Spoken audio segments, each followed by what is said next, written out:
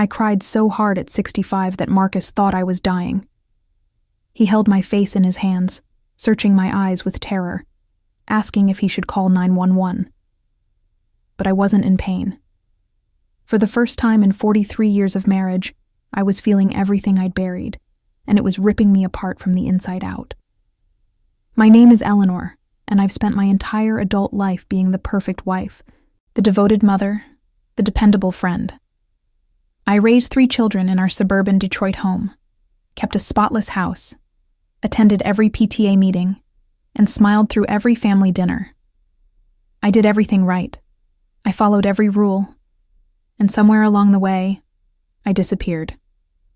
Let me take you back to where it started, because nothing ever begins where you think it does. I was 22 when I married Richard. He was ambitious, handsome, and came from a good family in Michigan. My parents approved. His parents approved. Everyone said we were the perfect match. I wore white lace and promised forever in front of 200 guests at the Grand Hotel in Traverse City. I meant every word. Richard worked in finance. Long hours, high stress, but good money. We bought a house in Bloomfield Hills, had our first baby within a year, then 2 more in quick succession. My days blurred into diaper changes, school runs, soccer practices, and dinner parties where I smiled and nodded while the men discussed stocks and the women compared their children's achievements. I was good at it. So good that I forgot to ask myself if I was happy. If you're following along with this story, I need to ask you something. Would you help this channel reach 5,000 subscribers? It's a simple click on that red subscribe button, but it means the world to me. Sharing these stories takes courage, and knowing you're there makes all the difference. The first crack appeared on my 48th birthday. Richard forgot. Not maliciously, just forgot. He came home at 9 p.m., loosened his tie, kissed my cheek absently, and asked what was for dinner. I'd spent the day hoping he'd remember, that maybe he'd planned a surprise. Instead, I heated up leftover casserole and ate it alone while he returned emails in his study. That night, I cried in the bathroom with the shower running so he wouldn't hear. I told myself I was being silly, that birthdays didn't matter at my age, that he was just busy. But something shifted. I started noticing things I'd trained myself not to see. How Richard only really looked at me when he needed something. How our conversations had become transactional. Logistics about bills and schedules and whose turn it was to call his mother. How we'd stopped touching, except in passing.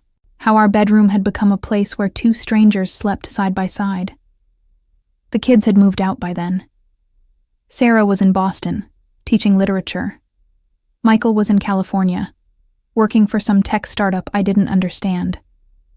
Jennifer, our youngest, was in graduate school in Ann Arbor. The house felt enormous and silent. Richard traveled more for work.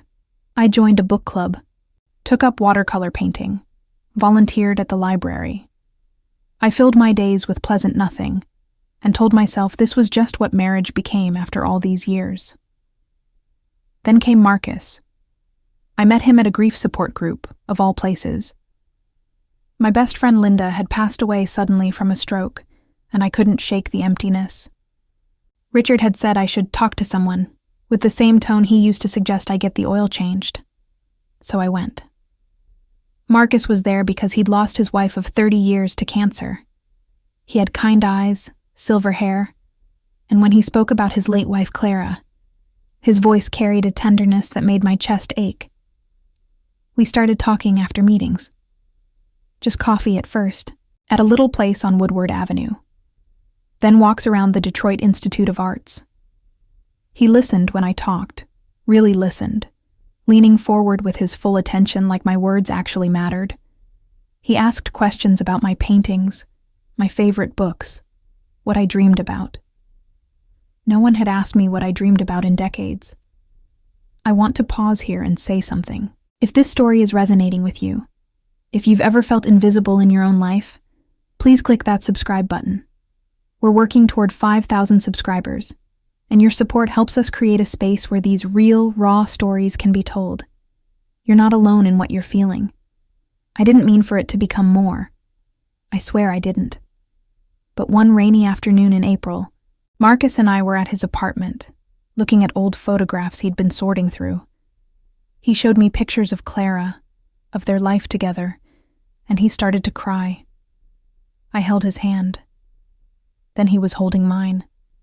Then we were holding each other. And suddenly, at 63 years old, I was kissing someone who wasn't my husband, and it felt like waking up after a lifetime of sleepwalking. We didn't sleep together that day, or the next time we saw each other. But the emotional intimacy was already a betrayal, and I knew it. I'd lie awake next to Richard at night, drowning in guilt, then see Marcus the next day and feel alive in a way I'd forgotten was possible. He saw me. Not Eleanor, the wife, the mother, the volunteer. Just me. The woman I'd been before I learned to shrink myself to fit everyone else's expectations. For 6 months, I lived a double life. Richard noticed nothing. He'd come home, eat the dinner I'd prepared, watch the news, and fall asleep on the couch. On Tuesdays and Thursdays, I told him I had book club or errands, and I'd meet Marcus instead. We'd walk through Belle Isle Park, holding hands like teenagers. We'd sit in coffee shops for hours, talking about poetry and politics and all the dreams I'd set aside. He'd touch my face and tell me I was beautiful, and I'd believe him. The guilt was crushing. Every lie felt like I was destroying something sacred, even though that sacred thing had been slowly dying for years. I prayed for guidance, for strength, for clarity. I got none of it. I just kept dividing myself in half. The dutiful wife who made pot roast and organized the Christmas cards, and the woman who laughed freely and felt desire for the first time in 20 years. Then Jennifer came home for Thanksgiving. She arrived on Wednesday evening, and the moment she walked through the door, I knew she could see it. Daughters always can. She watched me throughout dinner, her eyes narrowed, studying me like I was a puzzle she couldn't solve. That night, after Richard went to bed, she cornered me in the kitchen. "Mom, what's going on with you?" "Nothing, honey. I'm just tired." "You're different. I don't know. You seem guilty about something." My heart stopped. "Don't be ridiculous. Are you okay? Is Dad okay? Is someone sick?" I should have told her then. Maybe if I had, everything would have unfolded differently. But instead, I hugged her and promised everything was fine, and I felt her suspicion settle into the air between us like smoke. Before I continue, let me ask you something. Are you subscribed yet? We're so close to hitting 5,000 subscribers, and every single one counts. Click that button and join this journey with us. Your support means everything. December arrived with the first snow. Marcus asked me to spend New Year's Eve with him. He'd rented a cabin in northern Michigan, near Petoskey, somewhere we could be alone without fear of running into anyone we knew. "I want to start the year with you," he said. "Really with you." I wanted it too. God help me. I wanted it so badly I could taste it. But it would mean lying to Richard on one of the biggest nights of the year, leaving him alone while I went off with another man. It would mean crossing a line I couldn't uncross. I told Marcus yes. Then I told Richard I was going on a women's retreat with my book club. He barely looked up from his laptop. "That's nice, Ellie. Have fun." Ellie. He hadn't called me Eleanor in years, had shortened it down to something quick and convenient, just like our marriage. I packed a bag on December 30th. I told myself I deserved this, that I'd given 43 years to a man who'd stopped seeing me, that wanting to feel cherished wasn't a crime. I told myself a lot of things to quiet the screaming in my conscience. The morning of the 31st, I was loading my suitcase into my car when Richard came outside in his bathrobe. "Where exactly is this retreat?" My blood ran cold. It's up north, near Charlevoix." "Which resort?" "It's not a resort. It's more of a bed and breakfast. Small group thing." He looked at me for a long moment. Really looked at me. Maybe for the first time in months. You seem nervous. I'm not nervous. I'm just excited to get away for a few days. He nodded slowly, but something had shifted in his expression. Drive safe. I should have stayed. I should have unpacked that bag, confessed everything, and fought for my marriage. Instead, I drove north with my hands shaking on the wheel, my phone buzzing with texts from Marcus about how he couldn't wait to see me. I got as far as Gaylord. Then I pulled over at a rest stop and sobbed so hard I couldn't breathe. What was I doing? Who had I become? I thought about my children, about the grandchildren I hoped to have someday.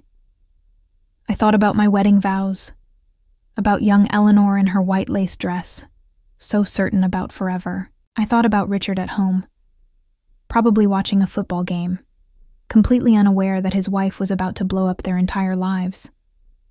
And I thought about Marcus, waiting for me in that cabin, maybe opening a bottle of wine, maybe looking at the clock and smiling because I'd be there soon. I sat in that parking lot for 2 hours. The sun began to set.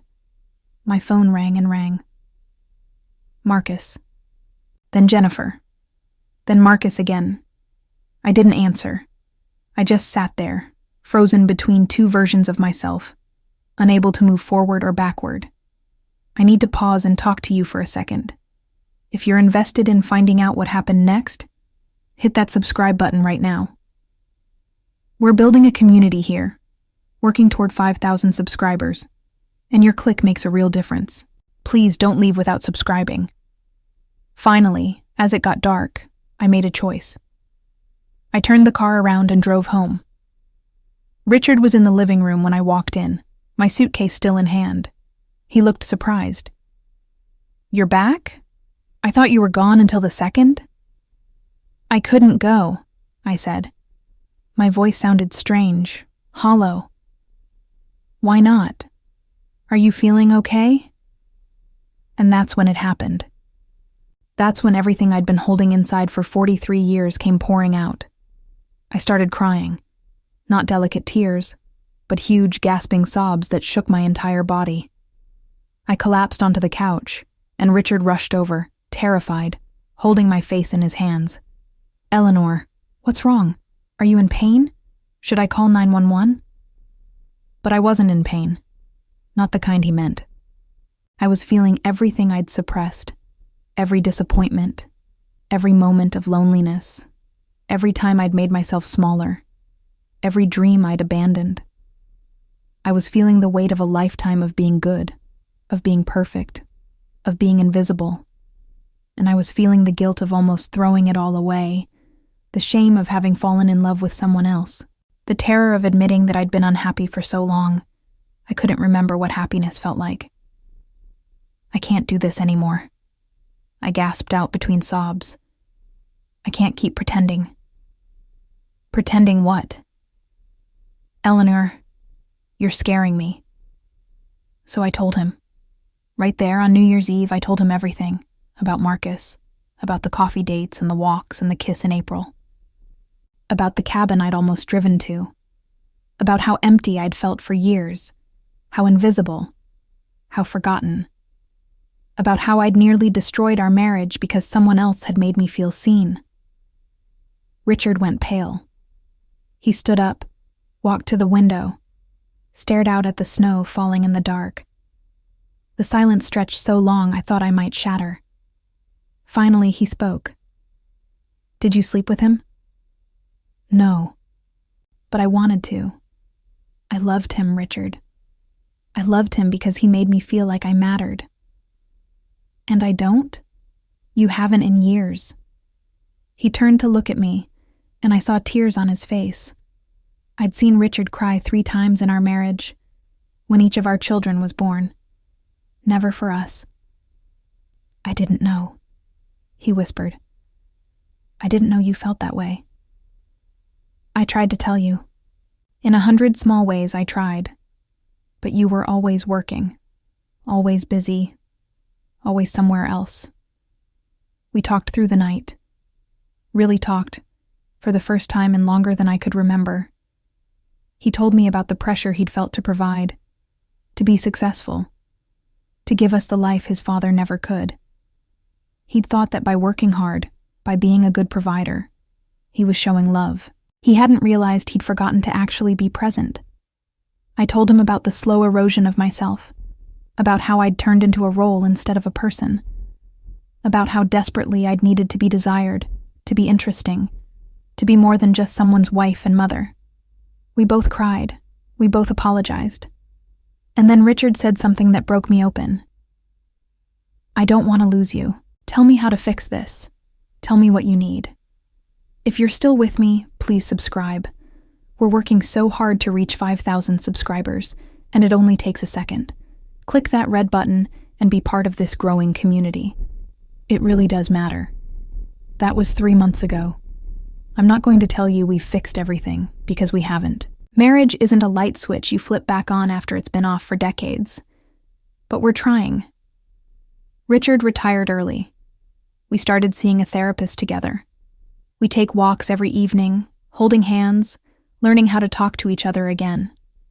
He asks about my paintings now. He remembers my birthday. And Marcus? I met him one last time, at that coffee shop on Woodward Avenue. I told him I couldn't see him anymore, that I needed to fight for my marriage. He cried. I cried. He told me he understood, that he hoped Richard knew how lucky he was. Then he hugged me goodbye, and I walked away from the man who'd reminded me I was alive. Some days are good. Richard and I laugh over dinner, make plans for a trip to Montana we've always talked about. He touches my hand when we watch movies. He tells me I'm beautiful, and I'm starting to believe him again. Other days are hard. I think about Marcus. I wonder what would have happened if I'd kept driving to that cabin. I wake up angry at Richard for all the years he didn't see me. Angry at myself for all the years I didn't speak up. The resentment hasn't disappeared just because we're trying. Last week, Jennifer came to visit. Over coffee, she looked at me and said, "Mom, I need to ask you something." Last Thanksgiving, I knew something was wrong. "Were you having an affair?" I looked at my daughter, this brilliant woman I'd raised, and I had to decide whether to lie or trust her with the truth. I took a breath. "Almost," I said. I almost did. She was quiet for a long time. Then she reached across the table and took my hand. "Thank you for being honest, and thank you for staying. But here's the thing I can't stop thinking about. Did I stay for the right reasons? Did I stay because I truly want to rebuild my marriage? Or because I was too scared to blow everything up? Did I stay out of love? Or out of obligation? Or out of fear of what everyone would think? Richard is trying so hard. He really is. But sometimes I look at him, and I feel nothing but exhaustion. Sometimes I wonder if we're just going through the motions, because it's easier than admitting we've grown into strangers. Sometimes I lie awake at night and imagine the life I might have had with Marcus, the freedom I gave up, the version of myself I'll never get to be. And sometimes I cry again like I did on New Year's Eve, not from pain, not from joy, from feeling it all, the full weight of a life half-lived, and the terrifying possibility of what comes next. Make sure you're subscribed, because we're almost at 5,000 subscribers, and your support is what keeps this channel going. Hit that button if you haven't already. Last night, Richard asked me if I was happy. We were in bed, the room dark except for the streetlight outside. He asked it quietly, like he was afraid of the answer. I didn't know what to say. Am I happy? I'm trying to be. I'm grateful that we're talking again, that he's present in ways he hasn't been in years. But is that enough? Can you rebuild something after it's been neglected for so long? Or are you just building a new thing that looks like the old one but will never feel the same? I told him I was working on it. That's the most honest answer I have. This morning, my phone buzzed. A text from an unknown number. "I think about you every day. I hope you're happy. You deserve to be. M." I stared at that message for 10 minutes. Then I deleted it without responding. But my hands were shaking. So here I am, at 65 years old, still figuring out who I am and what I want. I thought by this age I'd have it all sorted out, that I'd be content and settled and certain. Instead, I'm more confused than I've ever been. I'm trying to love my husband again while grieving a relationship that never fully existed. I'm trying to rebuild trust while still mourning the parts of myself I sacrificed to be the perfect wife, and I'm crying. Not from pain, but from feeling it all. Every regret, every hope, every possibility, every loss. At 65, I'm finally letting myself feel the full weight of being alive, of being human, of being imperfect. It's excruciating and liberating all at once. I don't know if Richard and I will make it. I don't know if trying is enough. I don't know if I made the right choice that New Year's Eve, or if I chose safety over authenticity. I don't know if Marcus was my one chance at real happiness, or just an escape from dealing with my real problems. What I do know is that I can't go back to being invisible. I can't return to the version of myself who stayed silent and small and convenient. Whatever happens with my marriage, I'm done disappearing. Before we end this, I have one last ask. Please subscribe to this channel. We're so close to 5,000 subscribers. And having you here, being part of this community of people who aren't afraid of messy truths, means everything. Click that subscribe button right now. So here's my question for you, the one I ask myself every single day. What do you do when you've spent a lifetime being one person, only to discover you're someone else entirely? How do you rebuild when you're not sure the foundation was ever solid? When do you know if you're fighting for love or just avoiding change? And the biggest question of all, if you were me, what would you do? Would you stay and keep trying to resurrect something that died years ago? Would you leave and risk everything for the possibility of feeling truly alive? Would you keep wondering about the man who saw you when your husband didn't? I don't have the answers. I'm living in the questions, trying to be brave enough to feel it all, instead of shutting down like I did for 43 years. Some days I think staying was the right choice. Other days I'm not so sure. So tell me, in the comments below, what would you do in my place? And please subscribe to help us reach 5,000 subscribers. Your voice matters here. Your story matters. We're all just trying to figure this out together.